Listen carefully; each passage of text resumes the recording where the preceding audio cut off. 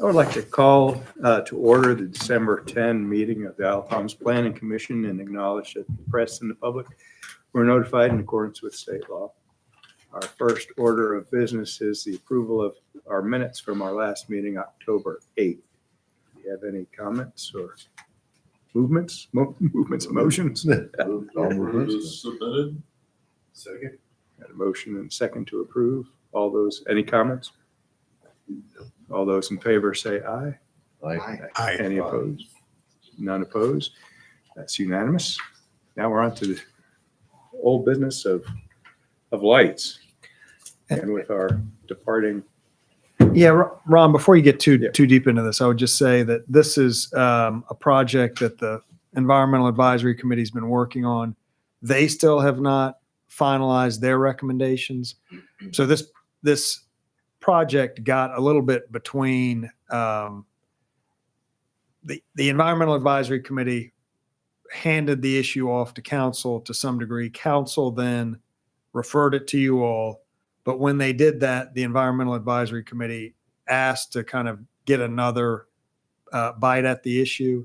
So they're also working on it. So I would say and I saw that David has some suggestions. I would suggest that this group pass the suggestions on. And if you have any others, we can pass those on.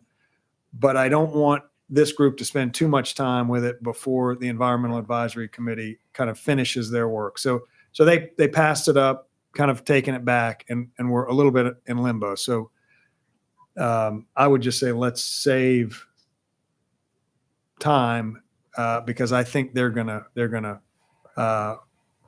amend it considerably before it gets back to you all. And David, I don't know if that changes any of your edits and. I mean, it depends on how much they change it. I was just based on our discussion Anybody have last this? or 2 months ago. Yep. And I was gonna kind of put this together, and I figured it'd be a good point to get a discussion. I was kind of trying to capture what happened, because what I noticed when you sent it back out, it was exactly what Yeah. we did kind of talked about last month. Right.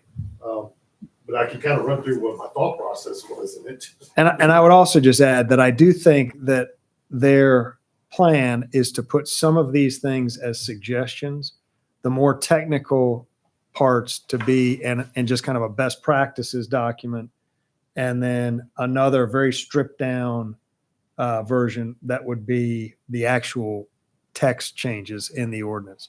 So so it could be that if it's a technical type suggestion or recommendation, it might go in that guidance document, and then if it's a kind of higher level regulation, it could go in the ordinance. So still, there's a little bit of working that out, but I think the suggestions would be appreciated by the EAC. So you want to, with that? Yeah, so with that, yeah, basically what I passed, which just got passed out, I kind of, the whole stuff with the beach and the turtles really didn't change, so I kind of stripped that part out. Took out all the red lines to retype what was there. Whoops, sorry. So I'll start with A. We had that discussion about docks and people bringing boats in at night and stuff. And the two things that hit me in that one after going back and looking at it was both A and B said outdoor lighting on residential structures. So if you've got a light on a dock or on a telephone pole by a dock, it's not really on a residential, is that a residential structure? So I kind of changed that to say any outdoor light shining into the intercoastal basically should be turned off when there's nobody out there, which if you're out there bringing your boat in, you can flood the intercoastal with light as long as you turn it off when you leave. So that was kind of what I was trying to capture in paragraph A rewrite. That kind of changed B. Again, that was originally thought those two. So basically I just pared that one down to outdoor lighting on residential structures shall not shine onto adjacent property. And that would include marshes, waterways, but again, leaving that if it's a house mounted on or light mounted on your house, You don't need it shining all the way out into the marsh or any neighbors. It should be pointed down onto your property. And that was kind of something that came up. Because Yeah. I was thinking this morning or late last night, got a neighbor with that bright light, and it's just a carriage light. So it's a wall sconce essentially with a bulb that's Yeah. low. It's not a spotlight, but by golly, they got, you know, That comes in play in about two Right. things down. okay, I'm sorry. Or no, that's all right. That was, but yeah, so that was what those first two I looked at. One was basically really directed at the marsh area and natural areas or whatever, golf courses, whatever. And it's, the second one says you can't basically shine or not the second one. Yeah, can't shine it onto the adjacent property. Kind of takes care of that side of it. Number C, that was, I know we had a lot of kind of back and forth about that, but that addresses yours of just having a really bright bare light bulb. Again, kind of my research is the 40 watts, 300 lumens is basically, for people who are familiar with the little outdoor candelabra decorative bulbs, that's what it's based on, using a 40 watt one instead of a 60 watt one or anything brighter. So that was kind of what I ended up kind of finding seemed to be fairly common. So that's, again, up for change. But that was the point being, if you can see the bulb and it's over a 40 watt bulb, it needs to be either shielded or under a these translucent fixture or something so you don't actually see the bulb. And that, again, from a enforcement standpoint, that seemed much better way of looking at it is, if I can't see the bulb, I don't care what's the output of it. If it looks really bright and you're staring at the bulb, then you might have to dig down. And I think this was would probably be more directed towards contractors and construction and lighting people, not typical homeowners. Should we use equivalent for watts? Because I was when you thinking that. substitute, You could also just add the word either. Yeah. So it would be the higher of the two. It's either, if it's in excess of either 40 watts or 300 lumens. because the LEDs, they might be Yeah, 20. It could be a 20 15, watt, yeah, but and but be brighter than 1,000 lumens. blazes, yeah. But if you had the word either in Yeah, there, it would okay. fix Yeah, I it. kind of went back and forth on that one too. Yeah. And again, I was kind of taking it from like older lighting ordinances that I was coming across. Is it appropriate to say it's not visible beyond the property line? And maybe I'm overthinking this, but I'm thinking about lighting a walkway from a garage. I'm walking up my sidewalk to my front door. You want to put light out there, but you might see it from the next door neighbors. Well, it's if you've not seen the light, seeing the actual bulb itself. All right. So that's what so that the lamp or light emitting element is not visible. So if you've got a spotlight with a shield over it pointed down so that you can't actually see the bulb, that would cover even like a spotlight over that, output. Yeah, that was kind of, it's actually seeing the bare bulb pointed I at you. have a 75-foot plus long Right. driveway. So, I thought the ordinance was that light could not shine on your neighbor's property. It could shine on your property, Right. but it can't be illuminating their property. Right. And basically, if you can't see the element of it, it's not going to be shining on your property. Right, so if you had a hood on it or Or shade on it, shade. that it would direct it downward. Yeah, it kind of gets into like a gray area of you get, not direct light, but reflected light shining into your neighbor's yard. So this kind of clarifies that if you can't see, even though they got a floodlight pointed down, it's going to spill over. But as long as you can't see it pointed directly at your property, then it's good. So it's a little bit. That's more similar to lenient how than- we administer the turtle lighting ordinance. Yeah. To not see a bulb from the beach side. Right. So we do have some experience with that.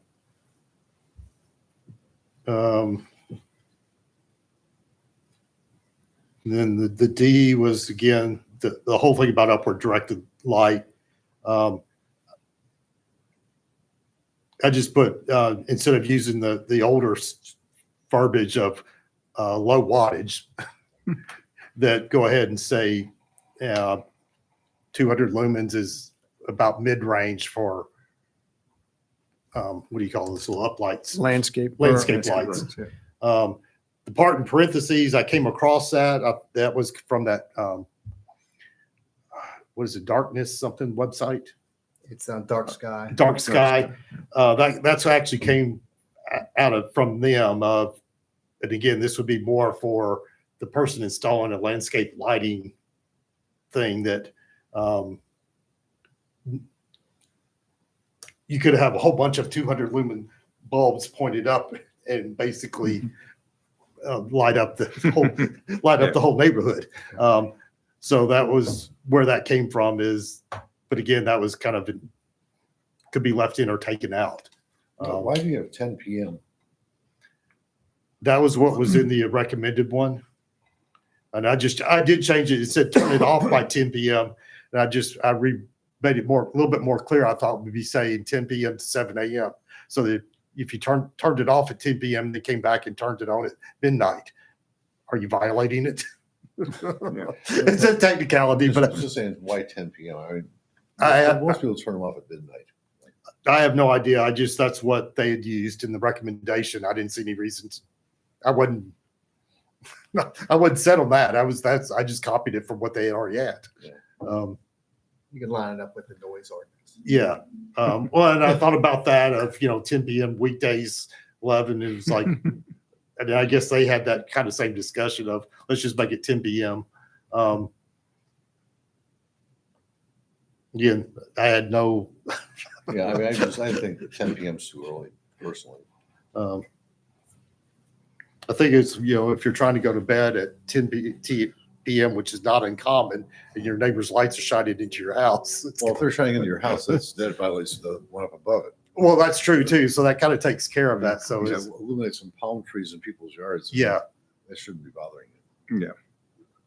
Yeah. So I was not. Teenage kids don't come home at 10. They're leaving at 10. Yeah. That's right. And that was just the upward ones, that are Yeah. pointing up into the trees in the house. Yeah.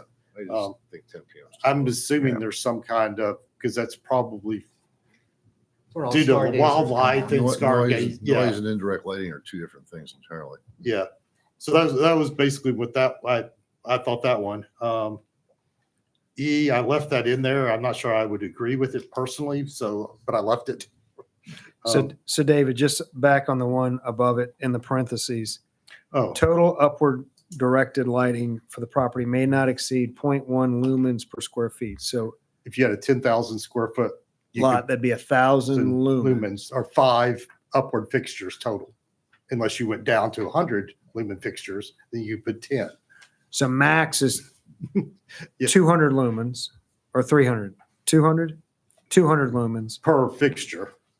So five uplights You could have 5 bright ones or on like a 10, regular size lot would be 10,000 5. square feet. Yeah. Well, there's gonna be a lot of those violations. Huh? There's a lot of violations of that. Yeah, I do feel like when people have them, it's usually a significant number, more than 5. I'm thinking. Well, I think that's what the point of that was To not light up, glow, not make your whole yard glow with. in other words, yeah, basically light every tree. Yeah. Yeah, 3 lights on every tree. yeah, okay. But again, that's why it was in parentheses was, Yeah, that was just something I like I said, I came across it. I felt it was like worth discussion. Yeah. So I threw it out there. And then I added the exemptions because I kept coming across that. Can I go back to your Yeah. 3,000 Kelvin? So I'm not educated in. Here's a graph. Illumination. Yeah. Well, here's Color my scale, question. right? We use watts, lumens, and kelvins. Kelvins is the quality of the light. Okay. Kelvin's Kelvin's the the color. temperature. Well, it is temperature, But it's a but color- it it's a affects the color quality of the light. Yeah. So the very, very Does it- bright light is the 10,000. Does it look Kelvin. white or yellow? So So, 3,000 would be the yellowish color It's light. on the yellow. Your hard Are these lights probably or 3,000? Daylight. Or these are a little, Those No, those more are like probably like 4. 4 to 5, Yeah, and then the blue, like that kind of intense blue Blue, is, right. 6. That's, yeah, okay. it can be 10,000. The bright whites can be between 6 and 7. But yeah, no, I didn't. I'll tell you why I wouldn't agree with it is if you're got a basketball goal or something outside, you put the floodlight on it. You don't want to be in a dull yellow. That kind of gets into that same. There are reasons why I don't think you should be leaving them on all night, but We're a little outlawing tiny, them though. altogether. It's 10 o'clock and Yeah, his bulb went out. or even like people at pool in the evenings or nights. I do know there was That's thought behind the environmental advisory committees latching on to the 3,000, the warmer lights and the benefits of the warmer lights. that's a recommendation from And that- Dark Skies. Yeah, right. So that's an intentional, I mean, that was. Yeah. And it's more intentional. pleasant light. I mean, Yeah. But yeah, again, I could see cases where you wouldn't, like if you bring your boat in at night, you want to clean it in your driveway. Yeah. A lot of people put spotlights just for that purpose. And Yeah. So it's more of a task, like that yeah, whiter light is more of kind of Yeah. task lighting. yeah, Well, I do think, again, kind of back to the EAC, I think those super kind of technical aspects will be in guidelines. Yeah. So Yeah. kind of best practices. So to your point, if somebody gets it, they understand, the preference is warmer light, but if you're insistent that you have one for cleaning your boat, it wouldn't be illegal. It would just be, kind of contrary to the guidance that they're considering. So, Well, that dark sky has 5 principles for responsible outdoor lighting. And one is being useful, targeted on a spot, low level, no brighter than necessary, controlled, only used when needed, and warm color. yeah. So those are their 5 guidelines for being a responsible neighbor for outdoor lighting. yeah. what about lighting docks or piers that stick out into, say, the intercoastal waterway for safety? I don't know if people do Well, that. or that's, not. So- it goes- That's the exemption because we had that Yeah. discussion Okay. was number 3 of that lighting required by federal state. Because Yeah. yes, you're Didn't know if that was or not. digging into it is when you get a permit, you're required to have certain lighting on the dock. Yeah. Again, not big floodlights shining down, but you have to have, so just to kind of clarify that's why that exemption. And then the holiday lightings are typically an emergency police, not that we would probably ticket the police for shining the spotlight, but they do. Okay, so with regard to the dock, as it goes back to A, so security lighting on docks is not contrary to A. I would read it that it almost is. Yes. That's So the problem. well, when you How say I- security lighting, I'm talking about if you've got a overhead floodlight shining on your dock, there's no requirement for that to be there for a security standpoint. The Coast Guard requires you to have markers on the dock that are shining down, that let you know where the dock is from the water side. I guess from a security standpoint, if somebody pulling up to your dock to try to break into your house, no, that wouldn't be kind of allowed. But if you're out there with a floodlight on, that was what I was trying to capture today was if you're out there with your boat or fishing or whatever, and you're out there, you've got lights, big lights shining. No, normally you that's come in, fine. you have put the lights on your boat. Yeah. I think if you drive a boat down the intercoastal waterway, you will see security lights in 70% of them. And those are required by law, but That's all they're right. not required to be the big bright ones. Well, They're required to be on the corner post of the dock, and they have to be a certain level. But so all these people are in violation of what we're saying.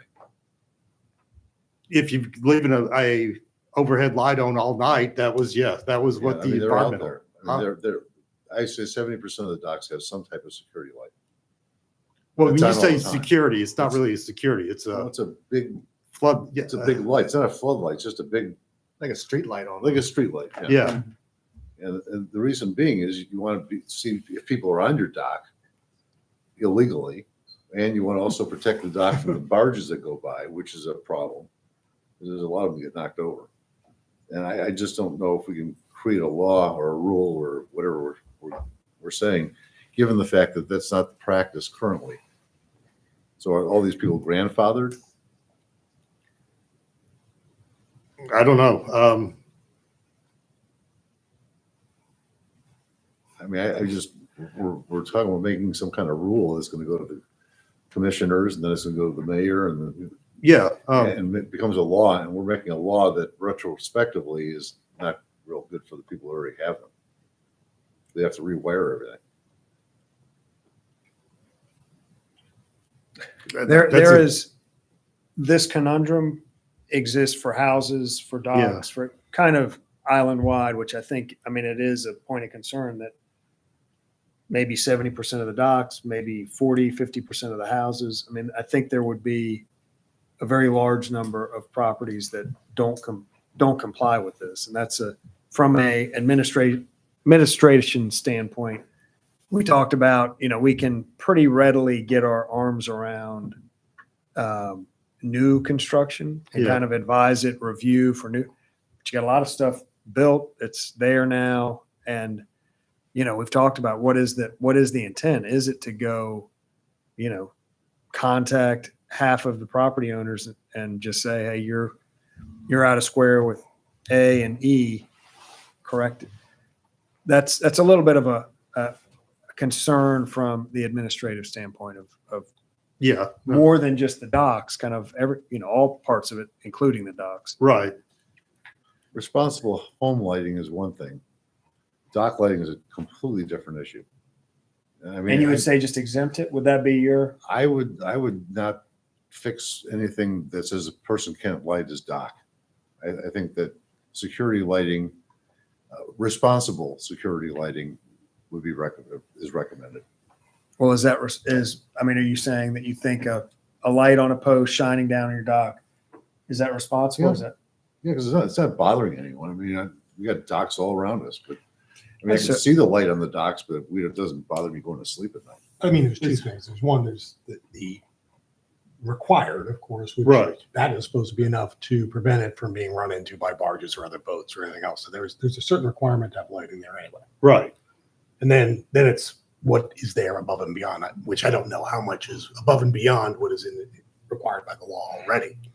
You're saying 70% might be in excess, but I think we'd have to kind of Well, I'm not feel saying for in what's excess. required by the federal or Yeah. state level already. I mean, it's got to be pretty bright so you don't run into it at night, Yeah. The barges coming through, with bad weather in the winter, which is normal when they run into the docks. I mean, I'm sure they would enjoy having responsible lighting, Yeah. so they don't run into it. And I assume that's what Yeah, that's what the exemption 3 is all about. yeah, I mean, other than that, if you're worried about somebody getting onto your dock, you can always put a motion detector on there, Well, which don't like I have say, to work having had a dock- more than a having had year. a But dock that anyway. got run into, it's hard getting security footage out of the bottom of the coastal waterway. No, That's where we had to have it wired to a mobile phone in Detroit, so I could see who it was that ran into my dock.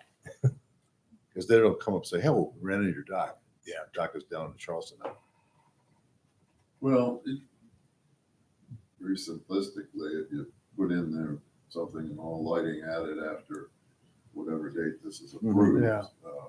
It's falls grandfather. under this, and everything else is grandfathered. Are we well, I getting any mean, we're complaints? talking about lighting, which is, if first of all, if you've got an outdoor security light that's hardwired and doesn't have a switch on it somewhere, Yeah.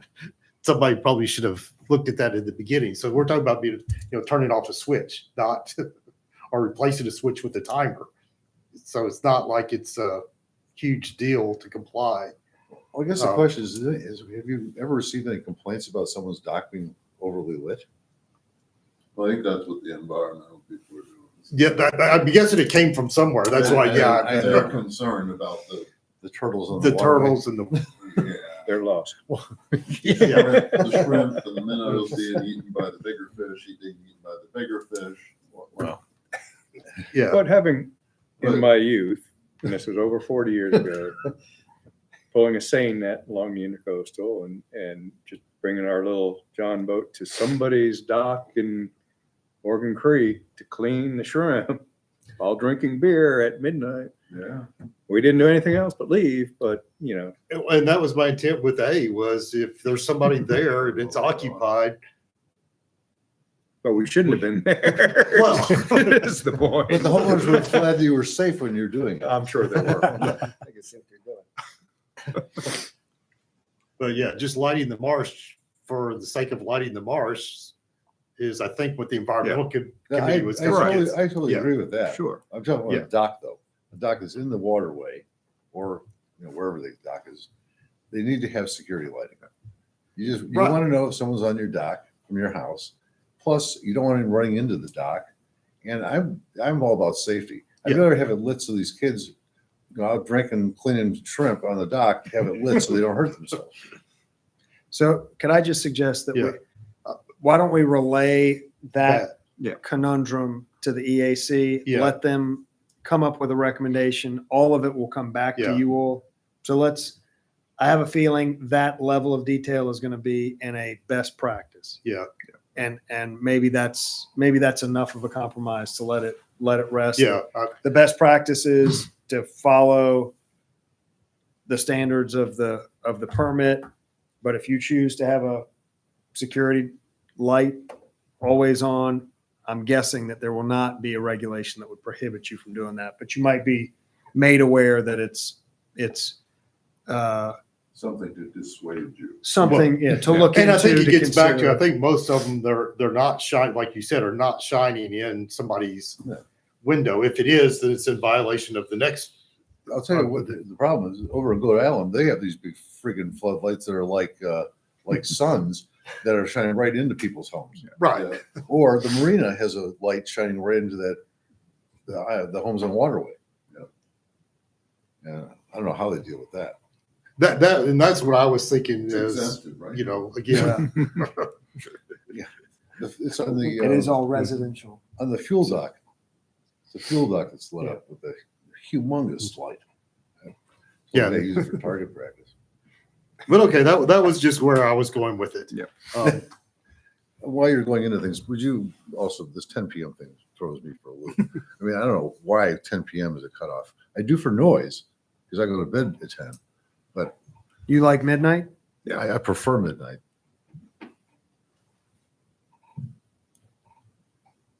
Yeah, I think as far as like the upward landscape light, that's not. It's not unattractive usually. Yeah. No, it's nice to go to sleep with those lights. We'll drive you home from the airport late and you're guided home down Palm Boulevard. Mm. There are worse things. All right. If Move on. everybody's okay with that, I will pass that along as kind of food for thought from the planning commission to the EAC. And I'll But thanks make for the your note work. midnight on E. You'll see this again. Yes. And you'll I'm see. I'm guessing so. We'll invite you back if you haven't quit already. Actually, it would be midnight would be D, You'd be right? like, who came up with this stuff? Yeah, really. Red D. Yeah, red D. 12. Okay. 3 months later, when I read it again, I'm like, what in the world would they think? Oh, wait, they're out of control. Yeah.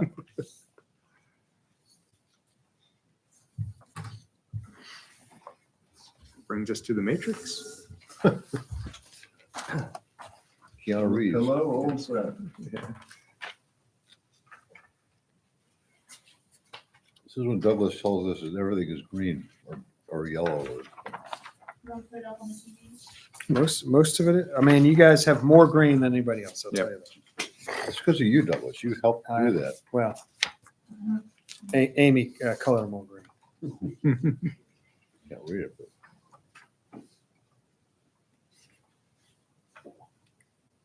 After reading Nicole's notes. Yes. Mine? But they were all from you guys?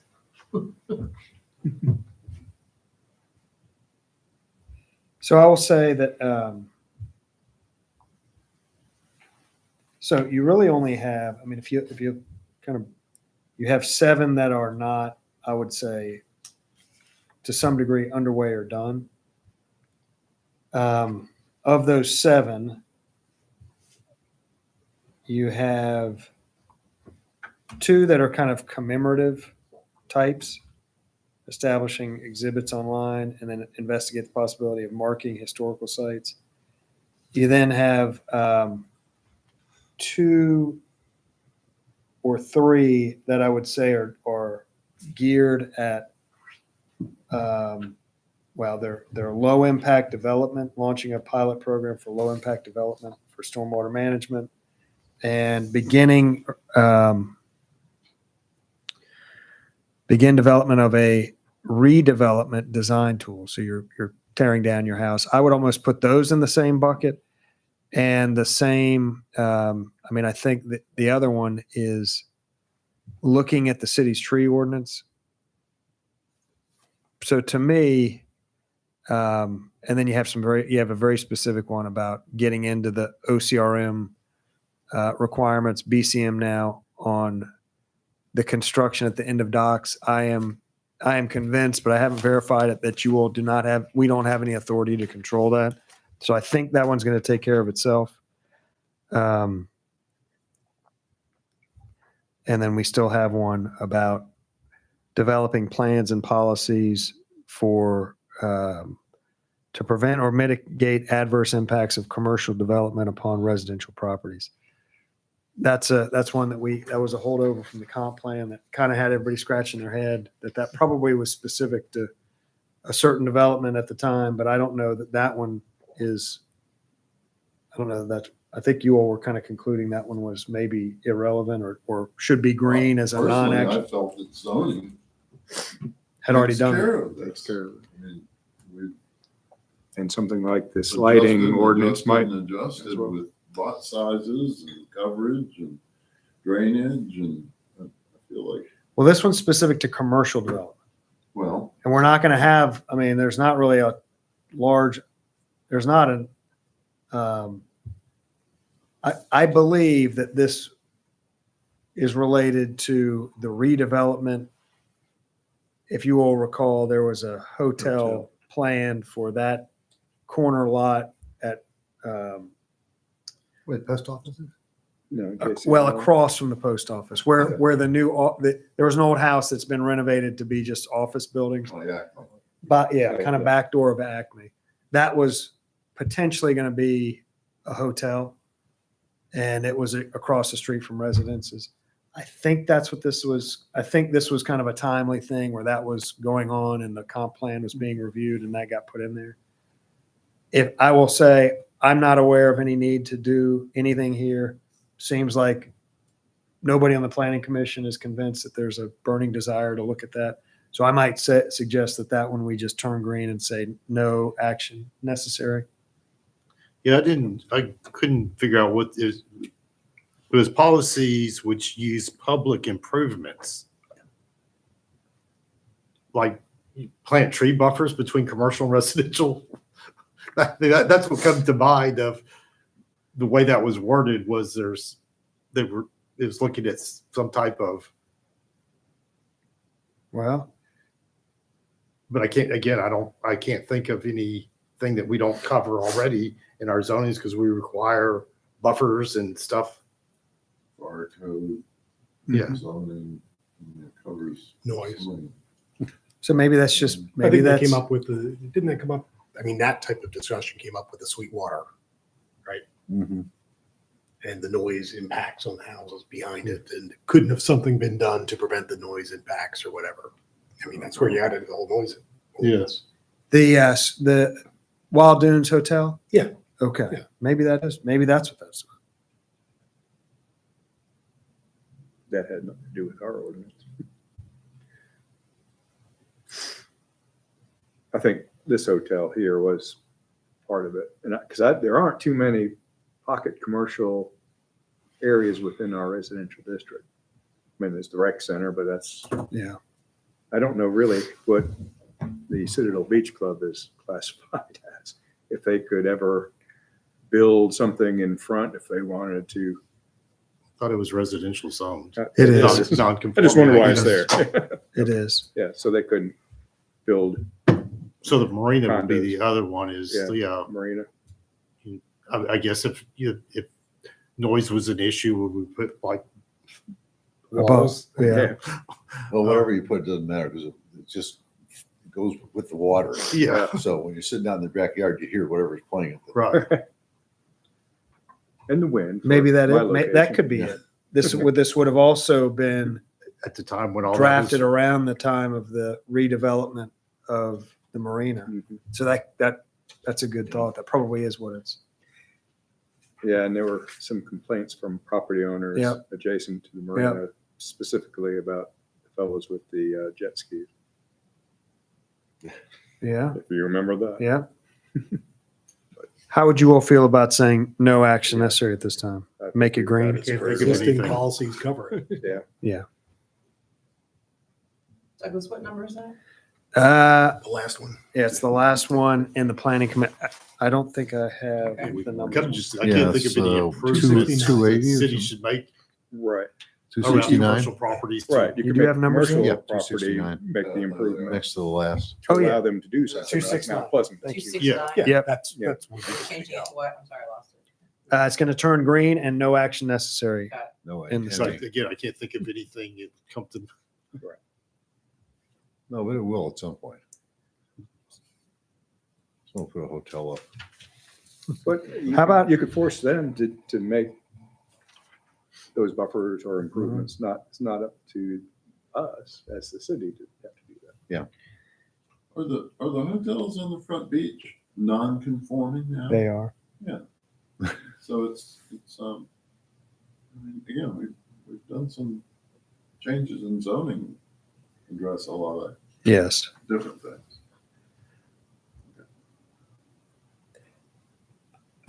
This is my personal perspective. We're ready to move on. The other one I think that we do have some work on the kind of redevelopment and low impact development front. But what about, I feel like we retread a bit.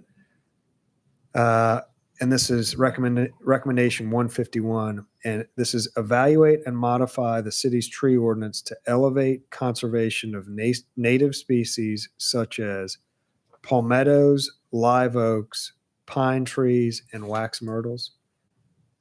And just for a recap, for the benefit of the group, live oaks are, from my perspective, very thoroughly and heavily protected.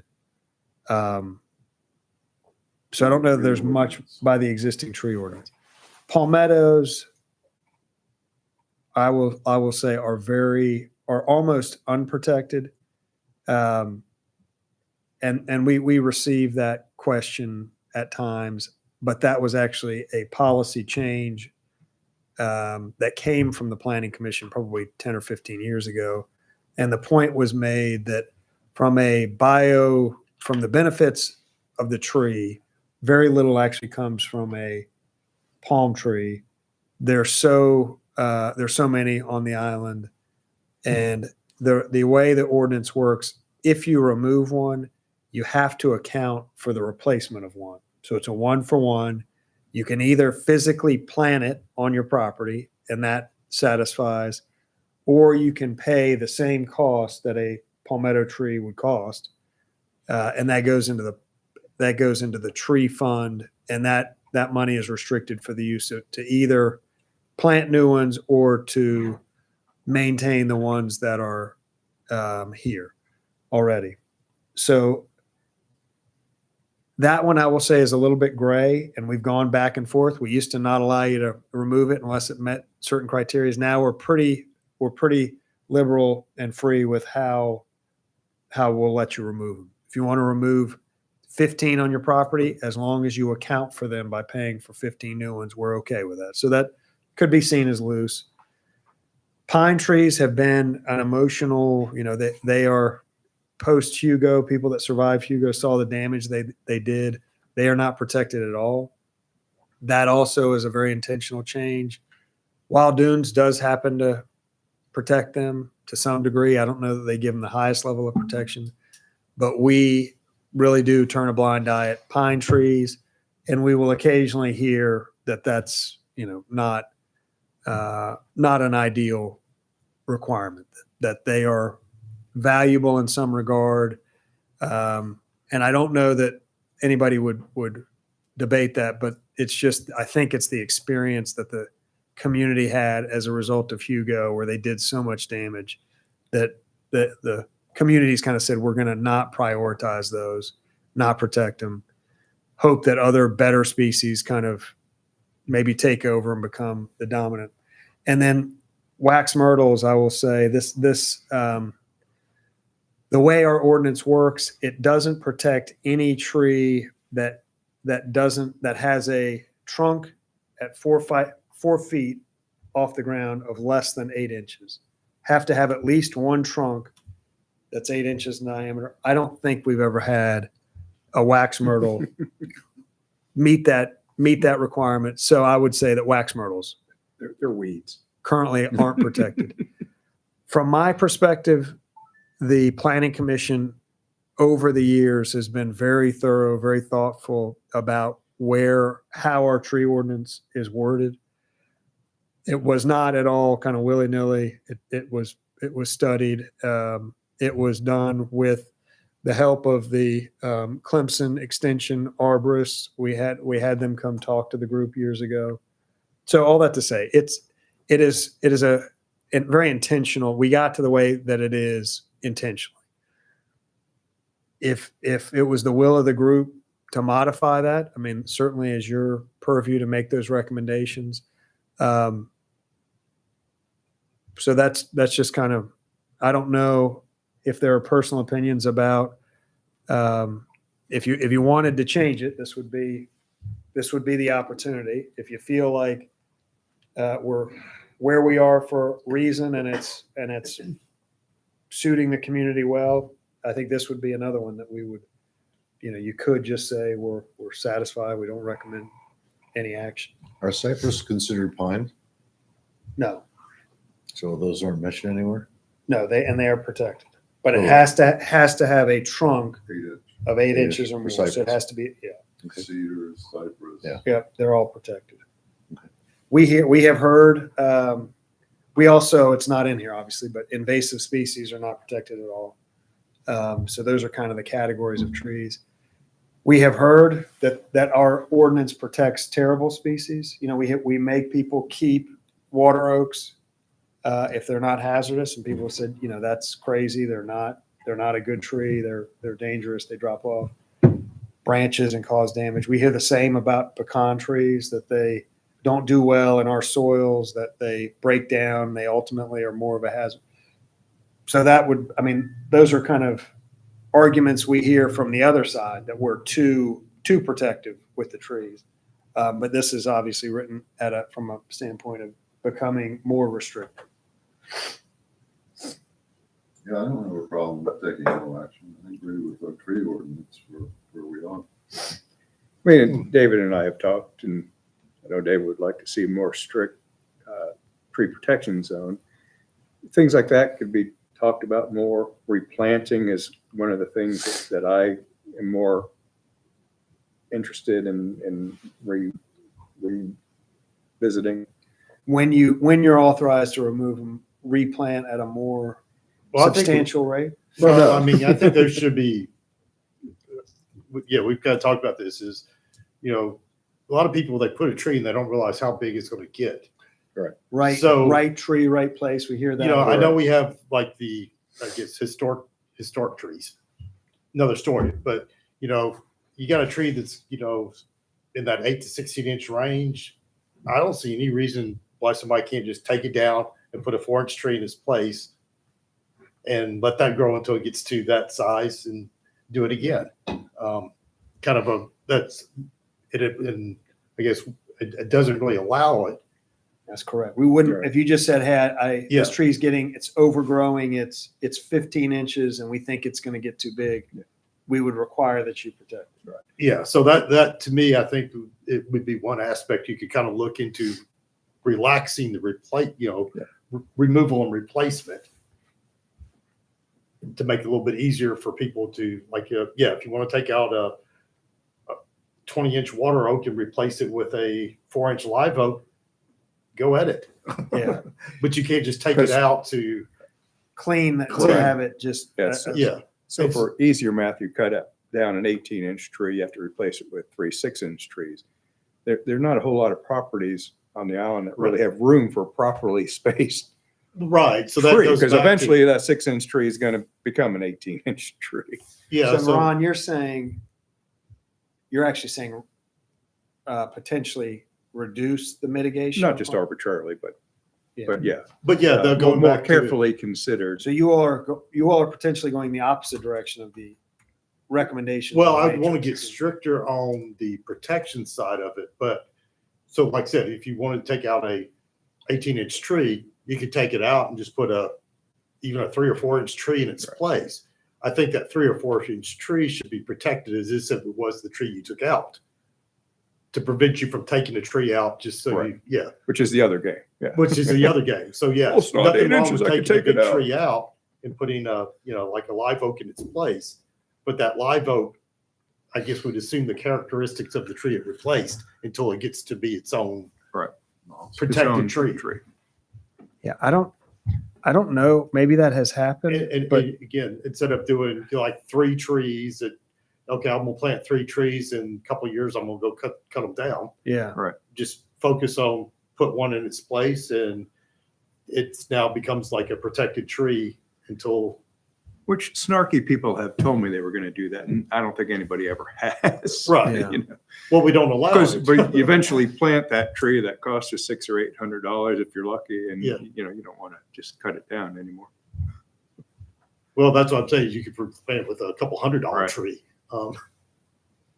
As long as it's Right. It wasn't done just to get rid of the tree. Right. It was because the tree was getting too big for the property. Mhm. that's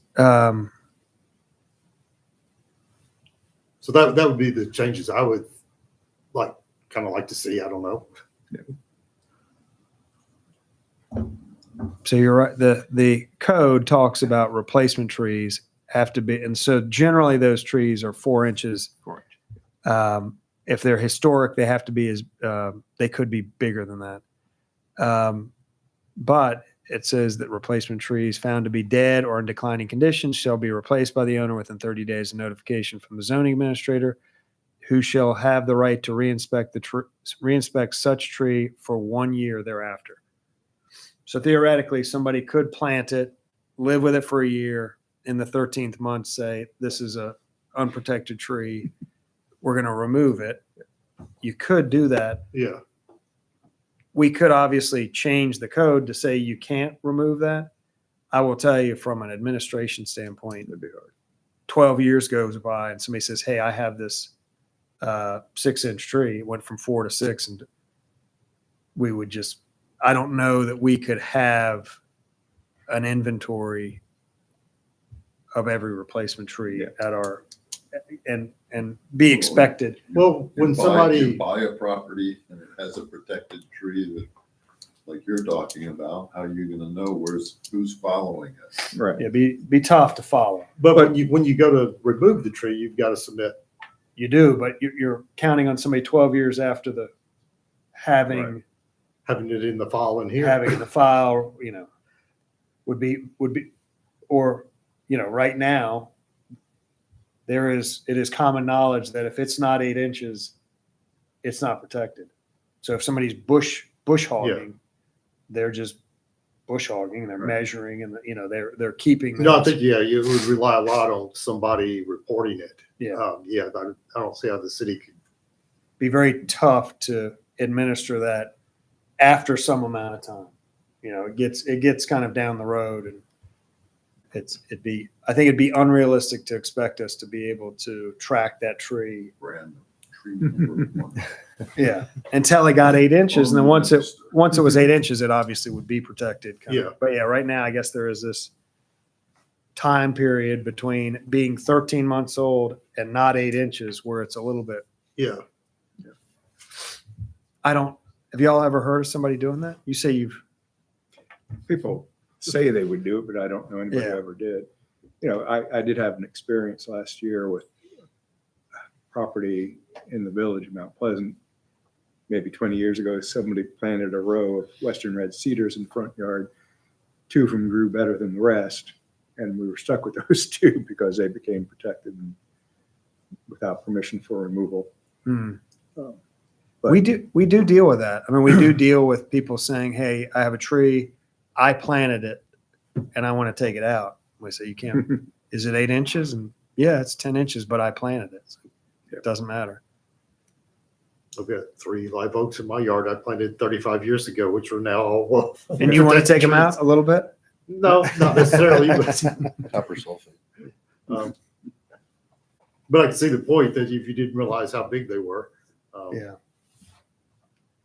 Well, is there a point on there where the tree interferes with the house? the Yes, foundation?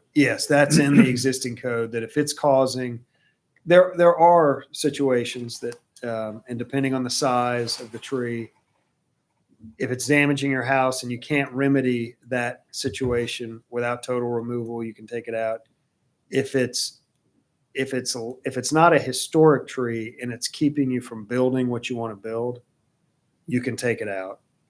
If you want, it's going to be in your house footprint. Once it's historic, we actually make you redesign. We make you design around it up to a point. If it cannot be reasonably designed around, we'll let you take it out. But then you have to replace it with the larger inch for inch and the larger trees. And so that's what kind of getting into where I was going with it is, if you wanted to relocate it, like people have relocated trees. We But do it's- allow it to be moved, Right. and we don't consider that being removed. So that became a popular, where you'd actually transplant these 24-inch trees on the same Now property. the 24 becomes a different, but the, is it historic, the 8 Yeah. to 16-inch Yeah. trees? That's significant. Over 16 Yeah, live oaks is historic. Yeah, so the 8 to 16 live oak, even going back to, instead of somebody having to like move it, just like cut it down, replant a nice 4-inch live oak in its place, as long as you maintain that. Protection Protection that the zone, old tree Like the had. old tree, you're just relocating it, basically relocating it without the expense of moving it. Hmm. Um, Just some thoughts. Just some thoughts, yeah. Not for tonight. It wasn't on the agenda. Well, we're talking about the. It is. I'm just- matrix, it is. yeah. Matrix, do we want to adjust the tree ordinance to reflect what y'all are talking about? Take out a tree, replace it. You want to give that thought for a future agenda? I think it so. takes some future thoughts. So we'll How large add- of a tree, a live oak, can you take out of the ground and move it somewhere and expect it to survive? Very large. Very Yeah. large. Yeah. It's expensive. It's over $100,000, but people are now do it. You used to just would never see it happen. Yeah. But it became, lots became so expensive that the $100,000 cost to do it became reasonable, quote unquote. So now it happens a couple of times a year. Really? They just did one over Midtown, Mount Pleasant. Yeah. Yep, big one. Yeah. Yeah. All of the, Tractor trailers and. Yeah. Multiple track hose and. Wow. They moved it across the Town street. center. And they survived when They were the did? first Yeah. ones to instigate the problem around here.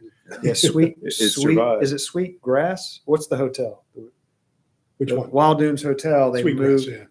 they moved 6 or 8 over to one side, left them to the side, planted them, left them there during the construction. Then after the construction, moved them back in. So we have a fair number of them have done. We were until recently we'd never had one not make it. Here more recently we did have a couple that didn't make it. So it got to be where kind of second tier tree companies were claiming they could do it, and they were not successful here recently. So what happens when they're not successful? They are treated as a tree cut with a permit. So you have different categories, but they're historic trees cut with, so it's the largest. Yeah. You have to replace it with the largest available tree Yep. of that species And- in the and- same spot. Not in the same spot. In the same spot as if you do it illegally. Oh, okay. If you On do the it same- illegally, you create what we call the black hole. Yeah. Where you forever have on your property a tree protection zone that you can't move. Can't move. Did the fellow in Carolina ever replace that tree? He cut down he has a black next hole. He's the door to one. him? It's the one property with a black hole on it. So it had to get redeveloped around a tree that no longer existed. That was what's up.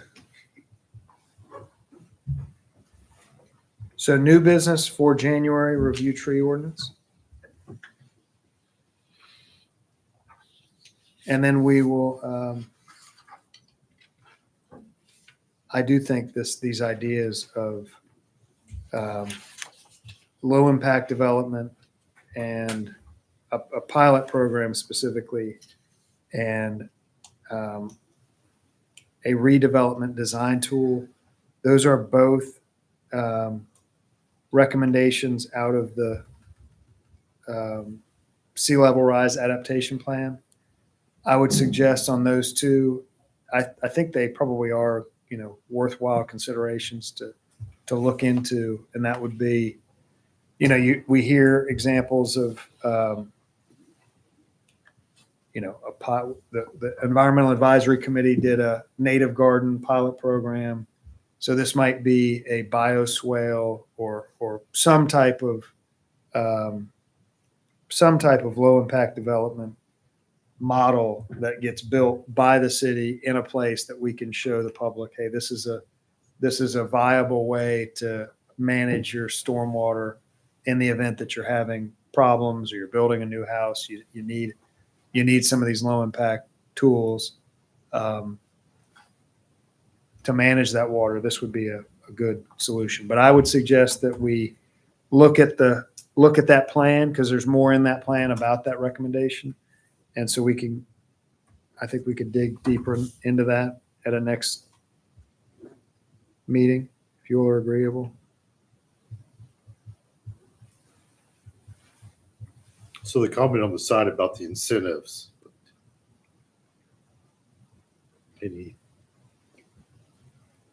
What kind of incentives could So be? the idea there would be, and our current model for this is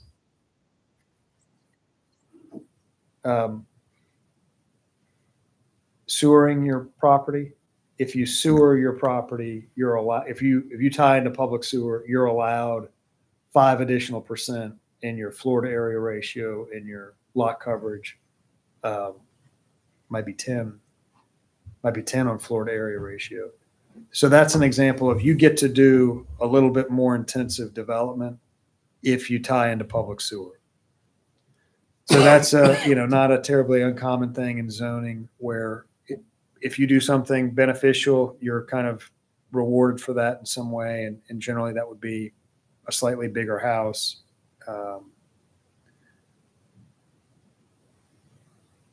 Something of that nature.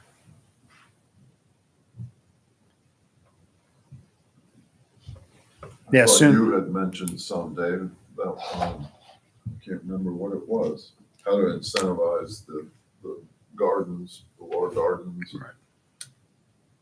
We're talking about that, how to, I remember talking about, but I don't remember. I was trying to think of what was the, I don't remember the detail. my mind goes like a reduced permanent fee or something Yeah, like right. that, which I'm not sure is enough to make a. Kiowa does they do like a recognition plaque. If you are not, and it's not LEEDs, but it's, if you were kind of a LEED standard, if you build the house to a high environmental standard, you are certified with the plaque, some kind of Gold recognition. star. You get the gold star, Yeah. literally kind of a gold star. So maybe that's one that we look at. is there not a whole guideline for the leads? Different, For leads, there is. Yeah. Yeah, and I don't know if leads, I think of that solely as commercial, right? Is there any Yeah. residential leads? Yeah. You can, yeah. You can? I'm not a lead guy, but I mean, I've come one guy who across, asked for it said I was more lead than I knew. I've come across like, yeah, some things on it. Let's see if I can dig it up and send it to you Okay. and send out.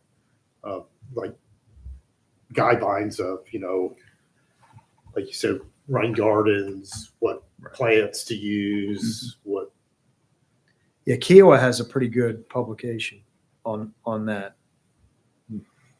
Forget, it's the Kiowa Conservancy Group has a good, and it's a handbook that people like landscape architects can reference. If you're doing a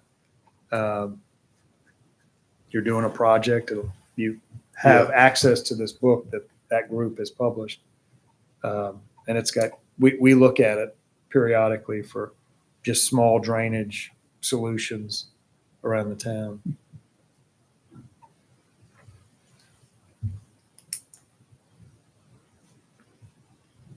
Because that's, one of the bigger issues was site drainage that we've been dealing with for the last 5 years. Incentivizing people to do more on-site drainage containment, Yeah.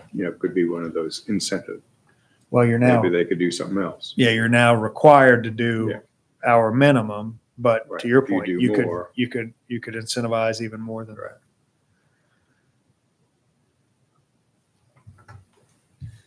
How about the commemorative stuff? We have two different, I have, these are both from the comp plan, so these came out of this group. I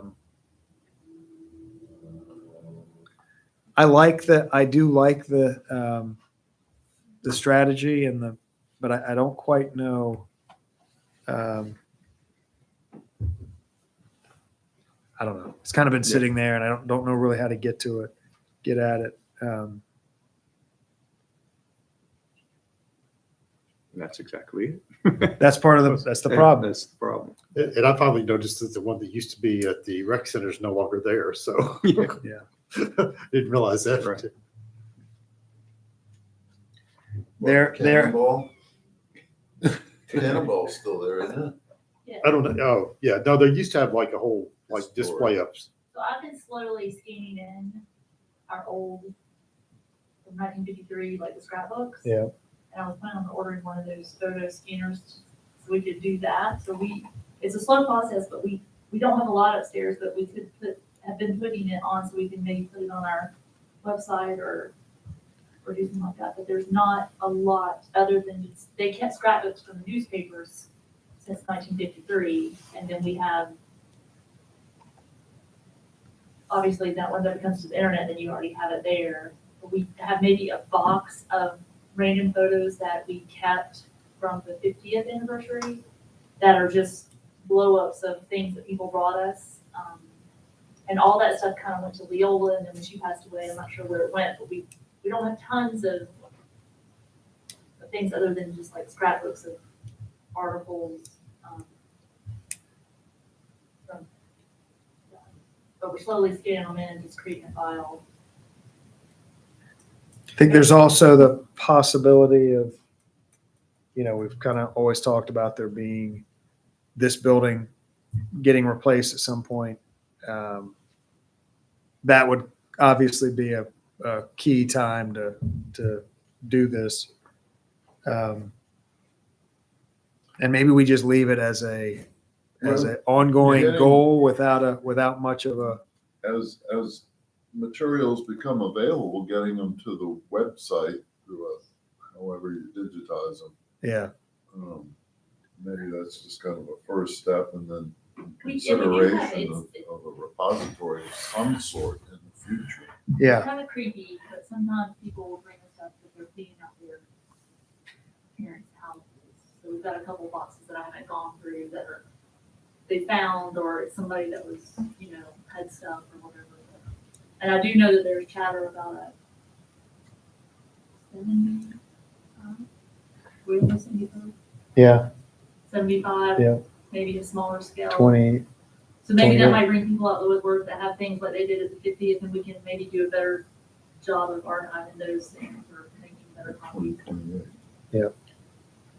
So Amy, the strategy is to explore the possibility of establishing a commemorative exhibit online and then it can we say that is ongoing? We literally are doing that. We're scanning it in and we could potentially just put it on maybe that's the thing. We create a page, have them Right. on all there. People would know the page was there, and then it starts to kind of build itself. Yeah, because I was going to ask, were you soliciting that? Yeah, Well, that's what anybody. I was gonna question. Would soliciting for volunteers to help that be a help or hindrance? Well, why don't we, if we, so Joshua Ace is the new public information officer for the city. He also happens to be Hi, Joshua. an IT whiz and very talented in all things IT. Watch out, Amy. I'm gonna pass the torch. So But if guess what? It's Amy, class on Wednesday, so I'll tell you that. so Joshua, we could create a page and Amy's slides could go on that page. And then we could do a post that just says, hey, look at the page. If you happen to have additions, send them in. Years ago, someone brought us a box of wedding photos from someone on the island, and we put it on our webpage and was like, does anybody know who they are? Kind of and we had a lot of interest to that of people, that kind of sparked. I think they're. Yeah, maybe it would be a natural kind of thing that would catch hold and people might start sending in more and we could. All right, we'll make that green for January. Or we'll do It's the work ongoing. first, Right. and then we'll put it as green, and then we'll say it's ongoing. All right, from my standpoint, you've done your work for December and the year 2025. One, and we'll get to sending David off, but I did need to ask. There is, and we've gotten away from it really since COVID, but there is the required orientation and ongoing continuing ed to being on the planning commission. And I don't know if newer members have actually there, and I think it's 6 hours of orientation. I did You've it done it, 2 years ago. Yeah. Tim and Jeffrey. All right, so we need to get you all the materials to do that. It's kind of a self-guided group of videos. So we need to take care of that. For everybody else, there is a continuing ed component. Fresher. Yep, and it is, if you recall, there are just kind of a slew of videos that get you that continuing ed credit.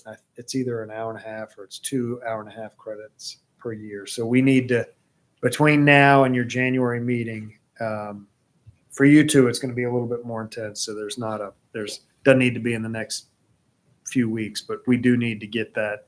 That's a requirement of the state code that we've done that to stay in good standing. So we'll internally. They stop the video and you have to answer the question, and then the video will start back I up. use this my Oregon licensure for medicine. Yeah, this should help tremendously, Jeffrey. So we'll distribute kind of information that'll help us keep that continuing ed current. The only other piece of news is whoever was up got reappointed, and I can't remember, Nicole, exactly. I don't know, you probably know who it is. Mr. Denton and Suzanne have both been reappointed, or will be as of January 6th, and then Bill Laughlin will be replacing Mr. Cohen. Was Jeffrey not? Yeah, oh, that's right. Mr. Rubin, Dr. Rubin and Mr. Steiner are reappointed. Okay. So everybody that was willing to be reappointed is going to be reappointed, and David will. And they've already got David. David will take David's. It is Bill David. will- no, Bill. Bill will replace David. Wow. And with that, I just That want was to. quick. Bill Laughlin. Laughlin. And I think he's fairly new. I think he's been a property owner, but a fairly new resident. I want to say in the Hartnett, kind of middle of the That island. part I don't remember. It's sort of relatively new. And with that, David would like to wish you luck in your new endeavors, and you will be missed from this group. You were a tremendous asset always. And But welcome back again. Yeah. Yeah, AKA anytime you wanna Sandy, come back. AKA yourself. See you in 4 You took a years. hiatus. See you in 4 years. Yeah, see you in 4 years. Thank you, David. Yes. Oh, okay. That's right. Sandy Yep. did this. Yep. Did this once. 08. Did you go planning commission, council, planning commission? Yes. You're gonna follow in his So that's- footsteps. Yeah. Maybe. He's my idol. Always welcome. Always welcome. Yeah, but we've also had planning commission. Oh, maybe that's David's. That's right. Cronin and Philip. Yeah. Yep. So can my last act be moved to adjourn? Absolutely. Sir? Do I have a second? I've got a second. All those in favor? Aye. Any opposed? There. Thank you all Thank very you. much. Have a good holiday.